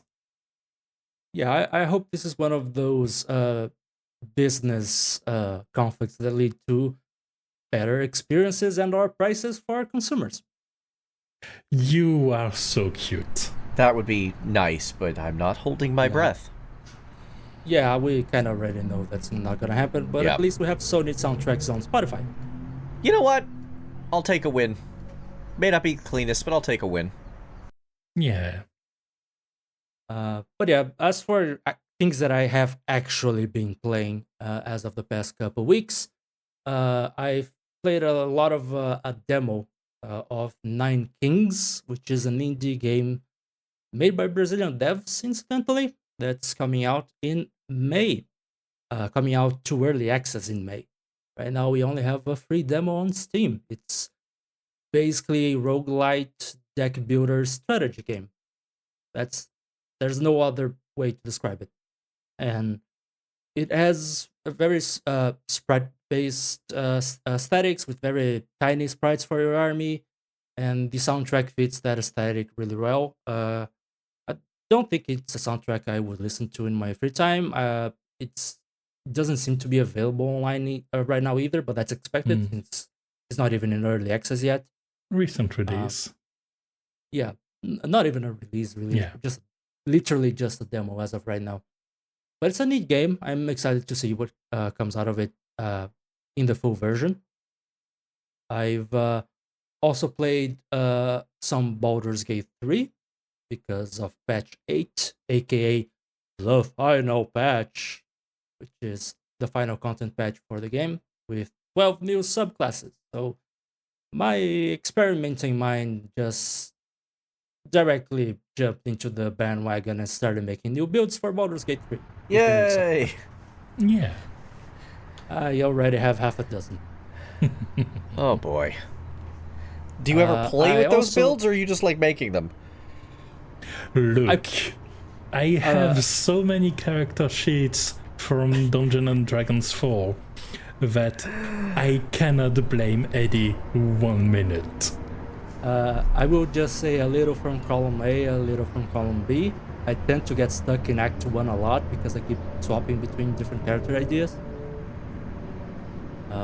But yeah, I've played a fair bit of that. Not too much because the patch is rather recent, and I'm also waiting for some UI mods to get updated to a point where they're fully stable, because some of them are still unstable right now.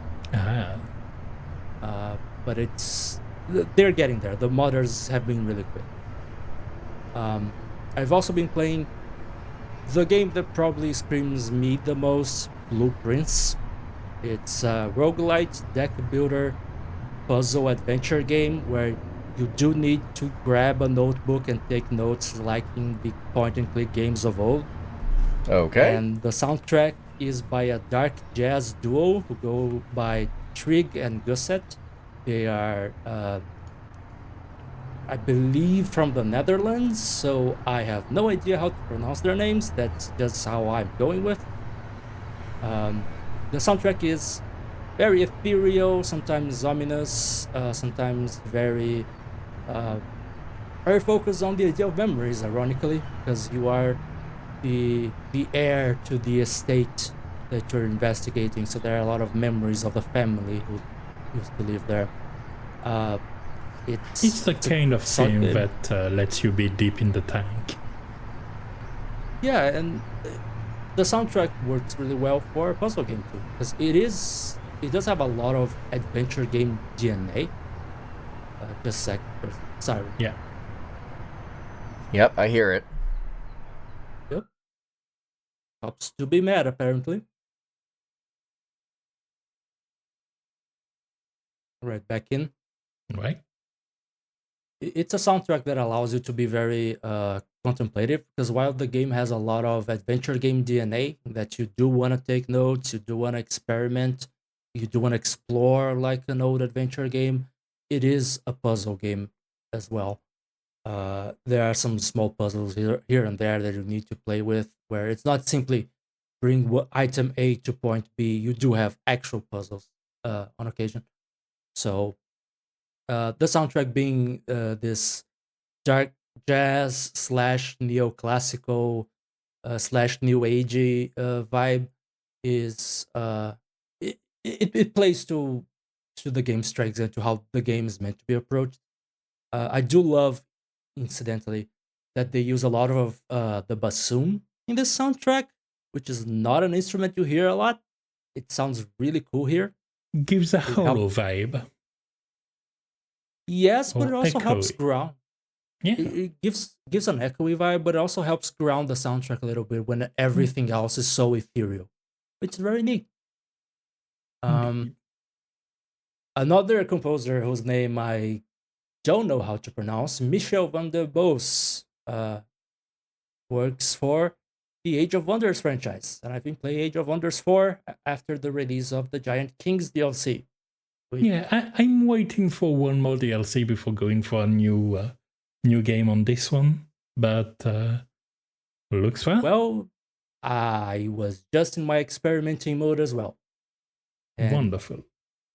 I talked a lot earlier about my memories with WoW, and I discovered that I really enjoy looking at WoW, looking at the factions where Blizzard went. That is a really cool idea, but we've written it really poorly, and we'll go, what if I remade them in a more interesting way in Age of Wonders 4? And as a result, I have a really cool faction of goblins. Very industrious goblins. But wonderful. Yeah, really neat game, and I love the soundtrack ever since the original release when Rana first sent me the soundtrack via DM because he thought of me with the folky vibes on track 2 of the album. Yep. And last but not least, Last Epoch. I've been playing again because as they have an expansion, right? New season. Yes. As of the time of this recording, I think it's been about 3 days since it came out. They took a while to release a second season because they wanted to take in feedback from season 1 and improve a lot of stuff before going to season 2. Yeah, actually start working on the core of the game first and then add content on top of it. Crazy idea. Yeah, imagine having an ARPG that is, good. Yeah. Well, anyway, a lot of ARPG fans have been flocking to Last Epoch, both from Path of Exile and from Diablo 4, because both of those games are in states where their respective fans are not happy. And I can see why everyone is happy with Last Epoch. I still am very early in the game. I'm level 35 or something, which means I'm only about a third of the way into the campaign, so I'm not nowhere near the end game. But I already feel at least a solid few core improvements, and I like that my favorite class got buffed. Yay! Yay for buffs. Void Knight? Exactly. I was gonna say shoutouts to Void Knight mains. Yes. Hey, I remembered that. Yeah, I tried recreating my build from the beta, but I got a unique that completely makes one of my skills completely overpowered compared to the others. So I'm still a Void Knight. Yeah, I'm still a Void Knight, but it's a different build from the original one. And it's turning out well for leveling. We'll see how it turns out for the end game. But as for music content, if there's anything new, it will be in end game stuff. So I haven't gotten there yet. So I'm not sure whether there's any new music or not. Alright, then I will take the next part, starting with something that I haven't been playing, but that came up recently, because a friend of mine was leaking an impending crowdfunding campaign for a Heroes of Might and Magic themed tabletop RPG. Ooh. Yeah. and we had a brief discussion about it. And Discord, as we all know, is quick to sell the contents of your conversation to help fine-tune algorithmic recommendation, which in this case was welcome because it led to YouTube recommended me, like, within 5 minutes of this conversation, Heroes Orchestra, which is a Polish, of course, orchestra focused on making a lot of Heroes of Might and Magic cover. Not just that series, they've diversified. There's some Kingdom Come Deliverance, there's some Gothic, there's a lot of CRPG vibes. And it's been some very enjoyable listens, so yay for them, and I wanted to give them a shout out because I've enjoyed their content tremendously. Then I've played a bit of Promise Mascot Agency, which I have absolutely adored. It's a game that feels like it comes from such a fundamental place of love. Like, it starts irreverent, and I was worried that it was like, yeah, we're going to go for some shock humors and nobody gives a crap, and everybody is going to try to out-irony the other. But no, there's a lot of very sincere moments, even from the goofier looking characters, and all of that backed up by nice vibes, just going around this town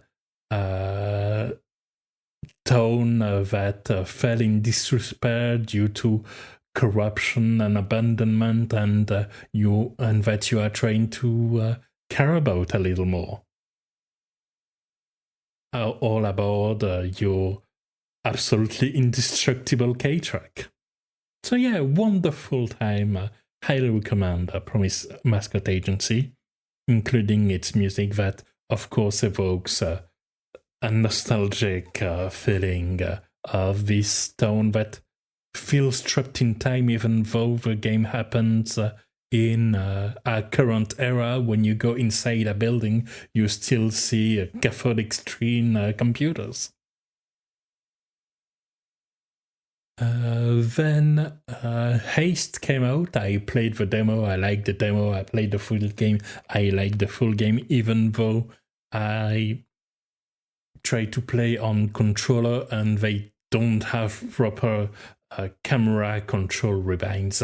You can only change one of the directions and not the other. And I'm a full inverted kind of player on controller, so that just didn't work out, but I switched back to keyboard and mouse, and I went fast, which is what the game is good at, and the soundtrack is good at making you go, yeah, this is part time and you're going fast. Woo! Sounds like they did their homework. That they did. I mean, basically, the progression and the concept of the game were built around just the base idea, which was, what if you just run in a straight line and went fast and it was fun? And they've been at it for quite a while, so it's nice to see the early concept from even a long time ago reach an enjoyable game. Then I went back to some Hyrule Warriors because I decided I still have a coupon to burn after buying the Xenoblade Chronicles X Definitive Edition. I'm going to go for the double down on games that have been freed from the Wii U prison. And so I've played catch up with some Hyrule Warriors. They changed a lot in the progression to take into account the fact that all DLCs are now a full part of the game. Yeah. And it kind of changed the progression curve completely. The new stories are fun, and I just really love this game. I'm jealous you get to play as Twilight Midna again. Oh, yeah. On the subject of Zelda memories. Absolutely, that's what I was mentioning when I was saying that it's still relevant to these days to me. Mm-hmm. I like to think I'm not a Zelda fanboy, to the point where I didn't play Tears of the Kingdom because I don't think it's going to bring that much to me. And but the series carries with me because I grew up with it, and it made a lot of different, very enjoyable games. Then we have a little bit on the live service front with Infinity Nikki. That's notable because it has a season which, a patch cycle. The patches last 1 month, and this one is themed around Revelry season, which include the mascot cat suddenly taking Bayonetta-like proportions, and a very catchy main menu theme. And I like the fact that they change the main menu theme every time, so that was a fun one I wanted to share as well. Like I've said before, I would totally be down with this game if it wasn't like quasi-gacha free-to-play. Like it just seems like such a cool idea for a game, but it just... Yeah. I can't get involved with that, unfortunately. And fully understandable, you are entirely right to do so. And finally, I've been getting back into FF14 and enjoying the patch for a change, which had a nice story with some nice stakes that are brought back up, some cool development, and the raid has been enjoyable as well. I've only played it normal mode. There were talk with my free company to go for something tougher, but we've had a few missing people and all of the standard raid making woes that led to us the one time we had a full roster trying and failing to go for Suzaku Unreal. But yeah, I'm really liking the whole set of the Arcadian themes, from the disco theme for the first fight that actually changes so that it aligns with the boss mechanics and has a proper rhythm game element, meaning they kinda had to change how music worked just for this fight.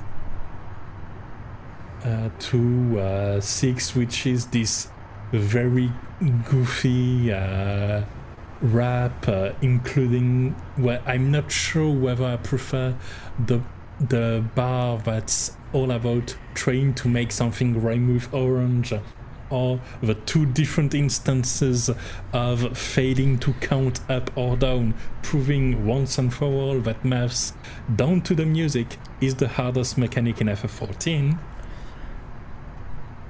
And then there's the next fight that goes pretty hard screamo and includes as a wonderful bit of integration with the pro wrestling theme, Sun Salt Swears. So, I have a comment about that song in particular. It actually... The song itself doesn't make me angry, but the audience's reaction to it makes me angry, because everyone's calling it death metal. It is not death metal. Not. It is not death metal the same way Overworld sounds nothing... Or, not Overworld. I forget the name of the song. Sounds nothing like Rammstein. Like, no. Like, Final Fantasy fans do not understand heavy metal, and this annoys me. Stop calling it something it isn't. This is not death metal. Sorry, just minor rant here. It just has some pretty enjoyable screamo moments. Yeah, it's totally a cool song. Like, that's not the point. It's a good song, but like, yikes. It's not death metal. It's not death metal. And the final one where they brought back Jason Charles Miller, and is just about, hey, I'm a fighty boy and I really like fighting. I'm gonna be honest, Give It All is such a powerful song for me that, like, nothing on this tier topped it, but... Oh, no, I agree with that. But this is a very cool... This is a very cool diverse. Tier. It is very diverse. That's why I covered every track, because everyone is unified by a theme, but still completely different from each other, which helps the individuality of each of the characters you fight. I really appreciate how thoroughly they're working on all things in the raid tier. Yeah. Like, they really making a focus to make the raid tier interesting. I feel like this might be a reaction to Pandemonium. Absolutely. Which I found to be largely fairly dull, with the second tier being the standout. My only complaint is that they didn't have more fun with the part of the scenario where you essentially have to cut a promo to goad one of the bosses into fighting you. I don't know. I thought the return of a certain character who I was certain was just a one-off and clearly just showed up because of her popularity. I thought they kind of like leaned that one in pretty well. I was pretty satisfied with her showing up again to cause some mayhem. Yeah, I just wanted an occasion to insult or play the even gooder guy to the final boss of this tier. I also kind of like that while there are stakes to this, they're fairly low stakes. Like, this isn't yet another apocalypse, and I think that's kind of refreshing. Absolutely. Absolutely agreed. Sometimes you just want to go after Fantasy Vince McMahon. And honestly, I the more I play this, the more I feel like, much like Game of Thrones, which is a major inspiration for it, FF14 seems to be at its best when it's quieter. Yes. I think the more stripped I've down liked a moments. lot of narratives to that effect. Like, Zelda Xeno'Zero is kind of my favorite of the Hoyoverse games right now, because, for now at least, it's mainly a contained narrative that makes you interested not in the big apocalyptic picture, but in the local comings and goings of a focused community. I mean, I don't even know the detailed context, but I'm inclined to agree, because in general, I dislike end of world plots more often than enclosed personal storylines. Yeah, which is why I hate the storyline of most WoW expansions. Yeah, exactly. I have a hard time blaming you on that one. To talk a bit about anime of all things, I remember distinctly that a couple of those, namely Silver Spoon and Spice and Wolf, have financial bad situations that hit way harder than most character deaths I've seen, because of the framings and how it's put forward.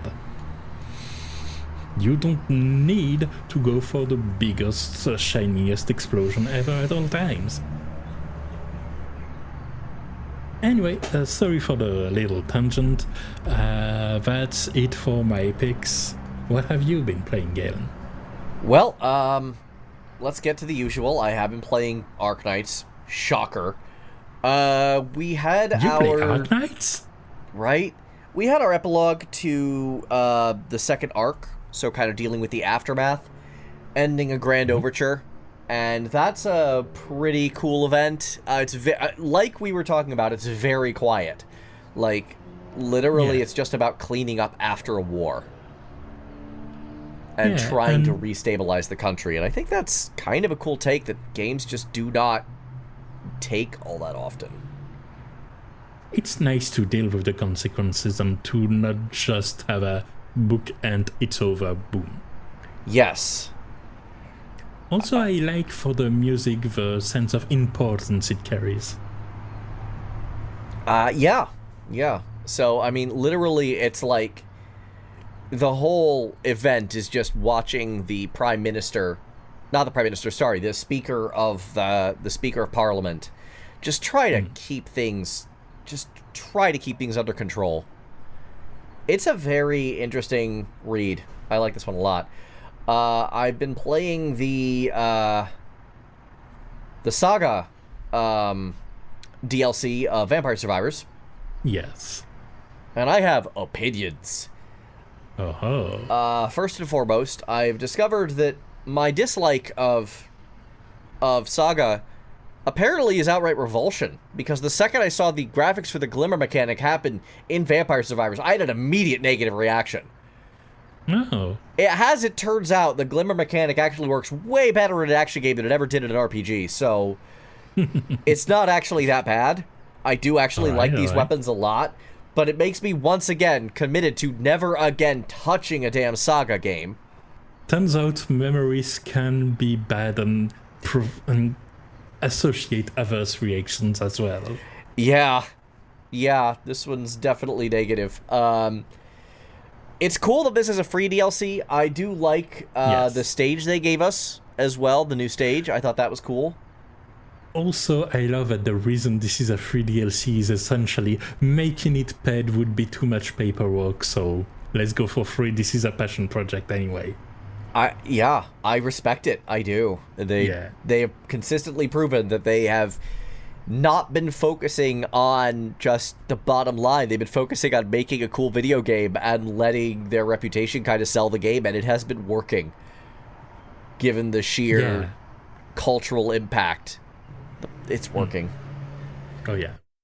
It is impressive that it's working so well that a game this cheap is profitable for them. Yeah, I think I've spent a grand total, it's like 4 paid DLCs at $5 a piece? So I've spent about $30 on this game, grand total. Yeah. I spent way more than $30 on some games and get way less out of it, so yeah. Ain't that the truth? I am very happy to continue supporting this game, given how just ridiculously good it is overall. And finally, I got back to Pirate Yakuza in Hawaii after a brief hiatus. Played it for like 8 hours yesterday. Yeah, and to be clear, I think it's the same for me. To not go too deep into our impressions, I think we both overall like this game. Overall positive. It's got some pretty major black marks, but I like it way more than I don't. Yeah. So it's not that we put it off because, oh no, it's a terrible experience. It's just... Honestly, part of it is that we can afford to do that now, because we don't have that monthly timeline, and so might as well. Yeah, and then honestly, this couple of weeks, couple of months has been just an absolute nightmare for me, and I've been just like, there's some things I just haven't wanted to deal with. Yeah. 2025 has not been a good year, besides the fact that good video games have released. I can largely agree with that. I hate that I can largely agree with that, but I can largely agree with that. Yeah. And, other than that, the only other thing I'm playing is FF14, and we covered that on your segment, so I think I'm good here. Excellent. Any final notes? Can you remember anything to say? Come on, you're better than that. Am I? Am I really? That's all the time we have for this episode. Thank you all so much for tuning in. We will be back next episode with more shenaniganry. As always, you can find our playlist and a link to how to contact us in the description